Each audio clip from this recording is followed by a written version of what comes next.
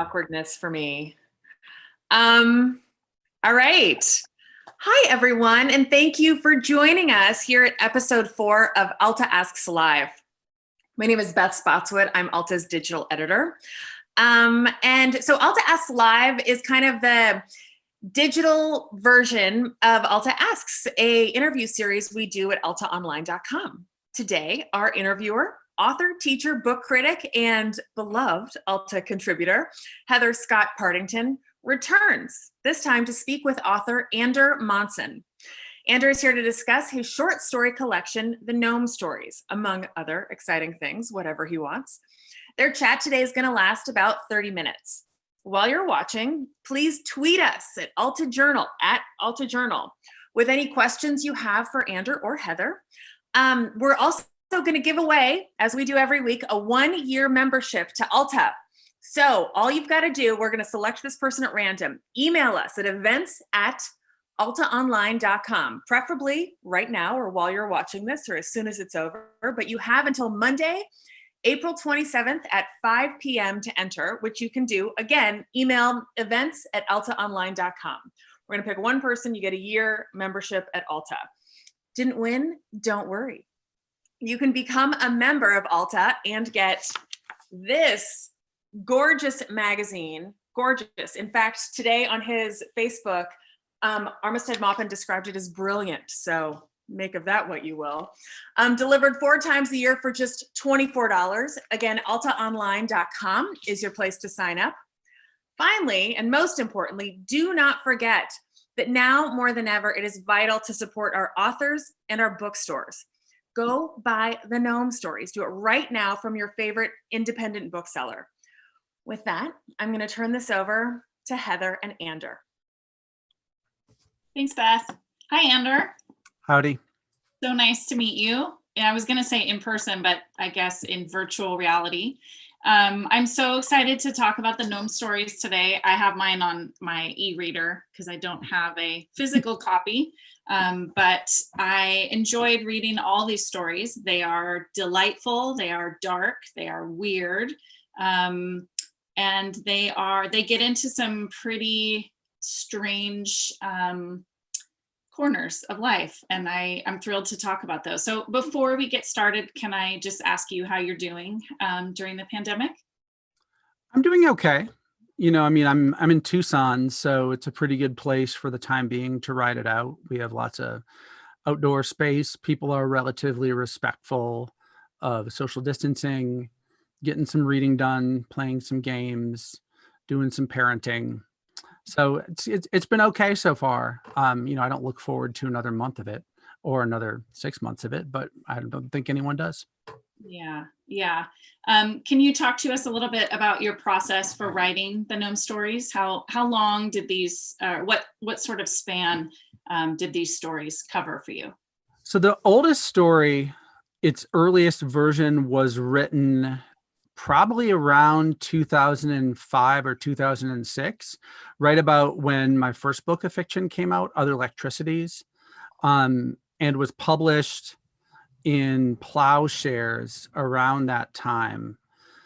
And it was about that time that I discovered nonfiction. And so after publishing a book of poems and a book of stories, I moved into nonfiction. And that took a lot of my creative output and energy for a while, just because it's also such an expansive genre to work within and to explore. And I like exploring kind of the limitations and the possibilities in any genre. So I was working in fiction kind of on the side for a long time, both on these stories and on a couple novel projects, including a choose your own adventure thing that I'm still kind of tinkering away on. And so I would work on these for a while, writing stories, and it took, I would say about 3 years ago, there start to really feel like there was a center of gravity to this book, the thing that brought the stories together. And that was partially overhearing the gnome story that I talk about, you know, that sort of shows up in the book. I actually did overhear that story, the one about the guys in the forest who find the kid, from one of my students. And that became this thing that really did, as it says in the book also, I mean, it kind of took over my thinking about the book.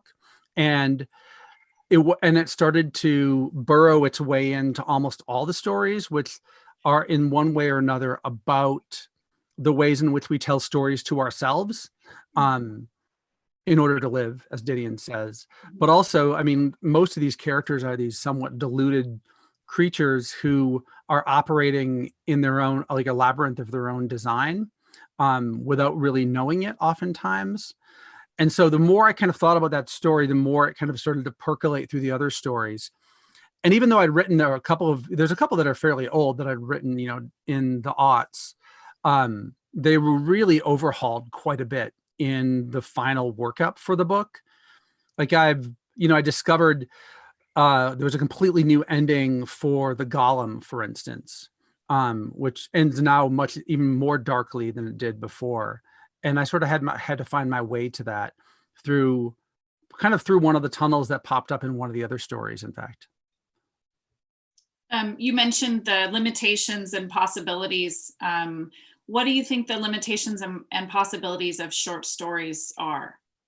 Well, I mean, one thing is, that comes to mind is length, right? I mean, there's two of these stories that are really long. I mean, they're 14, 15,000 word stories, which is not a thing that I've ever written before. I always used to write short. Most of the stories in Other Electricities are, I don't know, maybe 750 to 1,500 words. And so kind of how I was able to kind of like maintain the world of the story and like the engine of the story moving forward for 15,000 words was something of a discovery to me. So partially that, I mean, it's partially like a formal thing. I mean, another one is the sort of the in a structure resembling an owl, which takes place, as you know, in the format of the patent application. So some of the stories come from like finding a form, or watching like a home makeover show, which shows up in another one, or in a couple cases they sort of come almost like from jokes that I used to tell myself. They're like inside jokes in a certain way. So trying to find ways of, within those formats or within those forms or received things, how could I build enough like energy with the voice? Because for me, fiction is about the voice. These are super voicey stories. Mostly they're first person. The characters are somewhat unreliable, or the narrators are unreliable. And so, I mean, and that's kind of the primary difference for me between fiction and nonfiction, at least my fiction and my nonfiction, is that the voice is the first thing that comes to the story. So how can I kind of like catch that voice and move it forward in a way that allows the rest of the world to kind of unravel around the character? One of my favorite things about this book is there's a lot of stories, and I talked to you about this in our written interview. There are stories that are about like obligation traps, situations that characters create for themselves that spool beyond the, or unspool, I should say, beyond the absurd. They make a commitment of some kind, usually not even realizing what they're getting themselves into, and then it becomes this huge thing. Is there something about that fascinates you, that you felt like you wanted to really zero in on that in this collection? I wasn't thinking of that consciously, but when you put it that way in the question for the print interview, that was really an accurate assessment of them. And I started to think a little bit about, there's a book by my favorite writer, Charles Baxter. And I think it's his most recent collection of stories called like, There's Something I Want You to Do.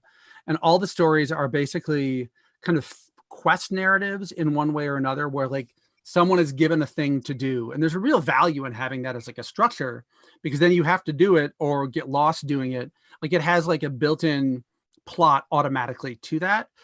And I was reading some of those after I wrote most of these and thinking about how like they are obligation traps. Like these are characters who are kind of caught in their own sense of who they are or want to be or believe themselves to be, often erroneously, I think, as they sort of find out only at the end of the story.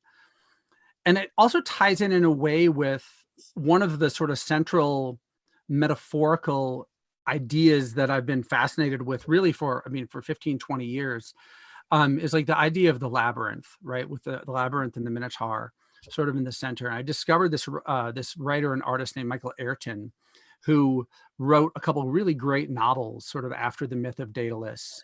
But that idea of like characters, and I think we all are characters like this, we are in our own labyrinths, being shaped by forces that sometimes we're aware of and sometimes we're not aware of.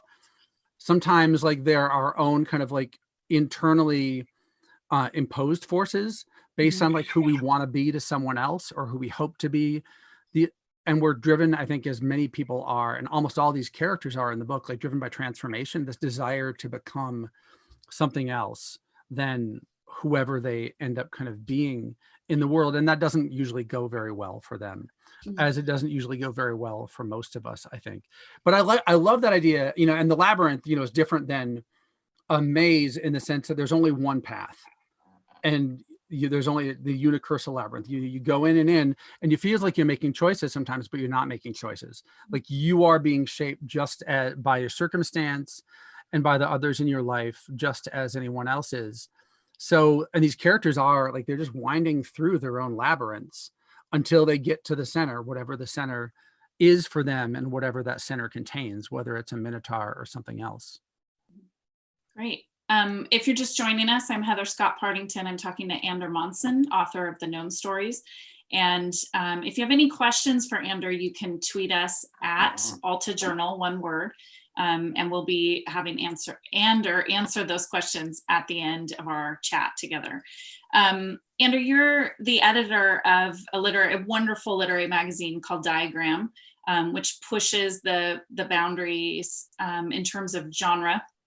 And you have, you mentioned your story, I forget the title, In a Structure, Simulating an Owl, is that correct? And which does kind of the same thing. And I was wondering, what in other disciplines inspires you to create? I mean, there is something, and it's always been part of my practice as a reader and as a writer, of using found texts or found things. And that, I mean, and that particular story came from, I was doing some research in the Google Patent Library, which is a wonderful, wonderful resource. They have basically the text of every patent. And I'm less interested in the text that as I am in the images. Partially, like, you know, what I do for Diagram is I do a lot of trawling around. My wife is a vintage reseller. She sells vintage clothes. We spend a lot of times in thrift stores, at estate sales. And I love finding these things, like these artifacts. Originally, they were kind of old dictionaries that had diagrams in them, like, and often very beautifully done diagrams. And I was really fascinated with that, like that like attention to detail and to like a well-made thing, even diagramming things like the structure of thought that is basically undiagrammable. But like that idea, like I can use a tool that I think will illuminate a thing and apply it to an ineffable idea. And that's kind of what like a story is, or what a poem is, or what an essay is. We're trying to use like this concrete thing that we're building to get at something that is beyond our ability to understand, or often to touch, or even to like bring into being. And so right as I was starting Diagram kind of at the same time, out of this like love of these old images and also old typography. I was doing letterpress typography at the time and kind of learning classical typography. So like that idea of like the designed page and what you can do with the designed page, which is a thing that writers need to think a lot more about. I mean, if we want to be writing books, you know, writers are not just providing content. If we want people to buy books, we need to be writing books, which means thinking about how the page works, how, you know, I mean, the different parts of the book, how readers can like experience like the page, and experience a book, which is a very intimate artifact, like the relationship we have with these books, which is basically the subject of my previous book of nonfiction, Letters to a Future Lover. But I love seeing like typography, images. Like I suck at visual art. Like I'm not a good visual artist. Like I can't paint, I can't draw, I can't do any of that. But like I realized at some point, like I can design, like I see beautiful things, or I see ideas from stuff, and I can pull them into my story or into like my own work. In some cases, my first book, it's got a bunch of these old like radio schematics like in the margins and kind of like working through it. So I've always kind of pulled from other texts as I found them. Indices are another one. And it happens a lot in my nonfiction. But that story in particular, I found that owl. I found this like patent, an actual patent this woman had made to try to figure out how to like make this structure that simulates an owl. And it's not an owl that she wears. Like in the story, it becomes like an owl that she is wearing in order to, keep an eye on her kid and her family who's sort of like straying away from her, possibly because she's gone a little bit nuts and is now inhabiting an owl suit. So I like that, you find a thing and I want to see like what it would be like if you kind of torque that in a fictional way. Mm-hmm. What kind of fiction do you think is going to come out of this moment that we're in right now? You're mentioning the story as a way for us to process or to express the ineffable. I mean, what we're living in right now, it feels bigger than words. How do you think that's going to shape the fiction that's going to be written in the future? Well, I think one thing that it's doing is putting pressure on the domestic, which has always been the realm of great literary fiction. I mean, now that we're, for the most part, confined to our domestic situations, and there's more pressure on that because we kind of can't get out of them.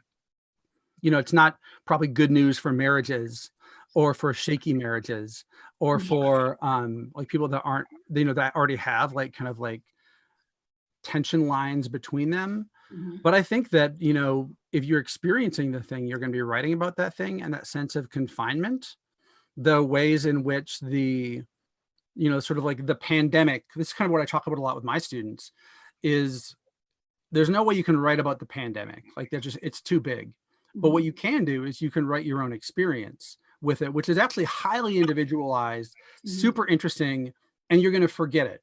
You're going to forget most of it if you don't write about it. Mm-hmm. And try to get what you can down with that. So I hope what it will do, and I think what it will do to some extent, is it's driving people to like better chronicle aspects of their own personal domestic lives and spaces, mm-hmm. and the pressures that are in there. And then if you can take those and kind of set them against these larger pressures that you see in the world and these fault lines. I mean, go to Costco and it is a lot more fraught of an experience all of a sudden, like being out there, that it starts to really kind of, that's the background. The foreground is what's going on here. But I was even listening to a podcast the other day, thinking about, it's hard not to come to some conclusions about how, if some of us start getting antibody testing, like some of us will be certified as okay to go out there as relatively immune, and the rest of us won't. Mm-hmm. And that is going to create a lot of incentives in interesting ways for people to try to get it and recover from it, because like, who knows? I mean, maybe they are more employable because they can go work in certain places. They can go shop in certain places. If this goes on, as it probably will for a couple of years of like, kind of like, clamp down and then like releasing, you could just sort of see like a way in which like we've created almost like a caste system, like those who are immune and those who aren't, which is a super sci-fi idea, mm-hmm. that now we're in the sci-fi. So if you have like those kind of things, it's like, okay, can I follow that idea? And I started thinking about that in the story I'm working on now, like immediately, like how can that be a useful background to illuminate certain immediate tensions to these characters that I've already built. Mm-hmm. So I sort of like that. I mean, how it works in that way. At the same time, the problem with like trying to see too far into the future is we're super bad at it, obviously. Yeah. So, the best you can do is like commit to a loose idea as a writer and then use that to kind of frame whatever is the immediate domestic thing that's really driving you. Mm-hmm. Cool. Do you have something that you'd like to read for us today? A selection from one of your stories? Sure. I can read a little bit from, I think what I'll do is I'm going to read a little bit of one of my two favorites. I really like the long stories. Our Song and the Reassurances. Those are my favorite stories in the book. Partially like they have to be because like they got so long, and if I didn't think they were really good and didn't continue to entertain me, I wouldn't have been able to keep them at that length. I would have tried to condense them until they could kind of keep my attention. So I'll read a little bit from the beginning of Our Song. just because it's also, so it's like a story that takes place in, it doesn't need a lot of setup, but it takes place inside the mind of this young musician. And the guy who is narrating the story is, he's like a technician being sent in to do some memory work. So it's already in a kind of like virtual background. So I'll read maybe like a page or so of this. Our song. And it has an epigraph. The best instrument for the music of loss, which is the best of all music, is a woman's voice. That's Rick Moody. I no longer believe in memory, and I don't believe in fire. And see, like, that's what I kind of mean. Like, I love, like, that was the first line of the story. I'm like, okay, love this voice. I don't know anything else about the story, but I like this idea and this voice here. So I'm going to sort of follow that. I no longer believe in memory and don't believe in fire. I hold my hand to the simulated flame and anticipate the pain. Even though it's digital, it still hurts. It still adds up. All pain adds up eventually until it breaks you. It wires into the nerves, which triggers the flinch. So when I want to do it again, to thrust my hand into it, to remind myself how the unreal feels, I don't. Not yet. I'm not sure I'm up for it. I'm trying to test my response. Is it consistent with the one just a moment ago? It's fake, but what kind of fake? I want to know. Caribou sees me hesitate and laughs, deservedly so, with the awkward repetition of a loop. Just because I know it's not real doesn't make it not real, doesn't make it not hurt. Caribou's not real either. She wouldn't understand.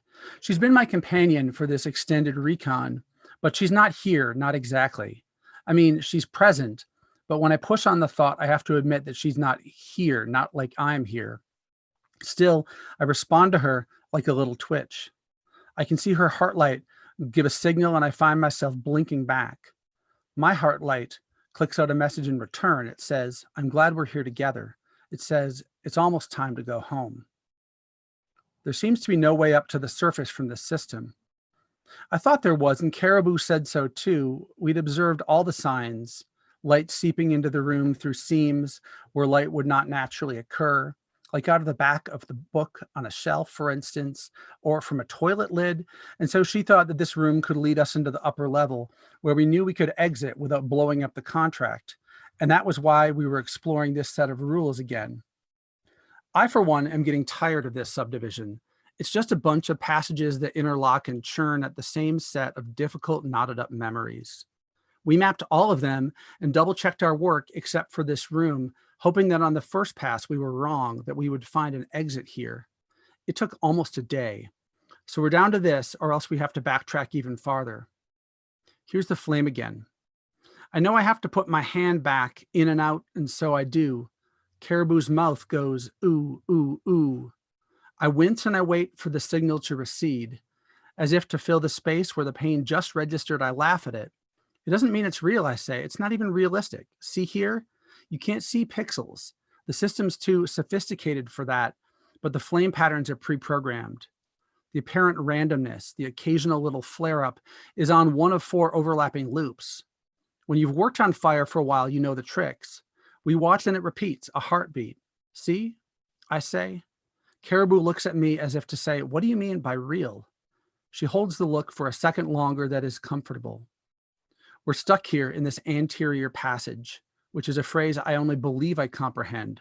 Underneath, outside, interior of an ant, but it's identified as the work, but it's identified on the work order. Anterior passageways B142 to 171 and connective, workup, map, differentiation, emphasis on error. And I'll pause there. Thank you. Can you tell people where they can find you online and so forth? Sure. So you can find me at the magazine Diagram for sure, which is just thediagram.com. You can find me on Twitter and Instagram at Ander Monson, which is my Microsoft Word autocorrect of my name, which is also like my wrestling name, and which I've had for a long time.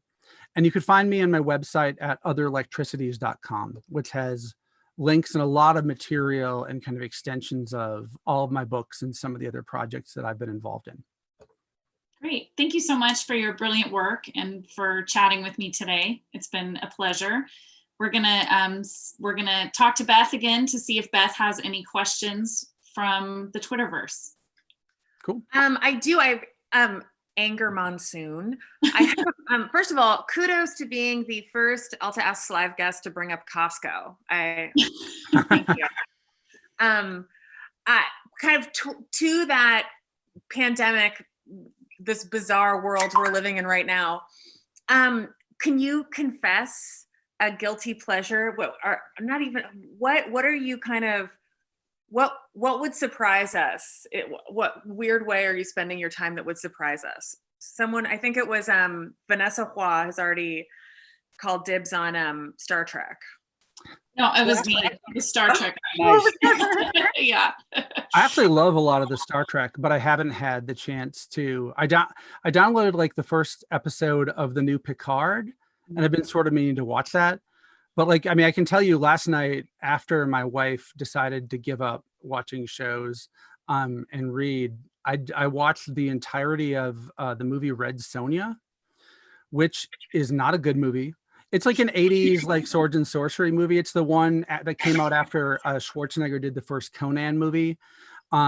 Maybe the second one also, but it has Schwarzenegger as like a not quite Conan, as this guy named Calidor, but it features Brigitte Nielsen as Red Sonja, like, and as like, you know, and she's like the kick-ass like heroine of the movie.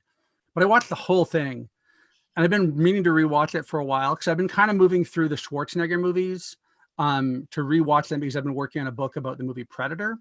And so I feel it's like my obligation. It's research that like now I have to watch all of them. And Red Sonja was like truly bad film in almost every way, but it had a couple of really great moments. So those movies have been like what I've been doing. Every Schwarzenegger movie, like kindergarten cop Schwarzenegger movie. Yeah, I mean, that's not high on the list, although he's a remarkably good comic actor. Like he's very underrated as a comic actor. But yeah, I'll definitely get to that. I'm doing like the, you know, starting with like the action ones primarily from the 80s, which there's kind of, which Predator is like for sure like the best one of. Wow. All right. Schwarzenegger from Ander Monson. I'm gonna be chuckling about that for a while. All right, let me do my official wrap up spiel. I gotta find it. That was great.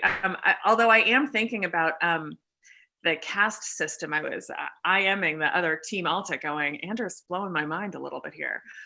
So you've given us. That's totally coming. That's coming down the line. I think we can all see it. I mean, maybe not. Maybe it's just a sort of fictional projection, but I think it's going to happen. Well, it's terrifying and surprisingly, you're probably right.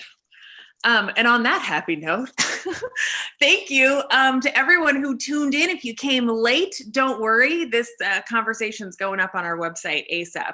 YouTube will magically populate that.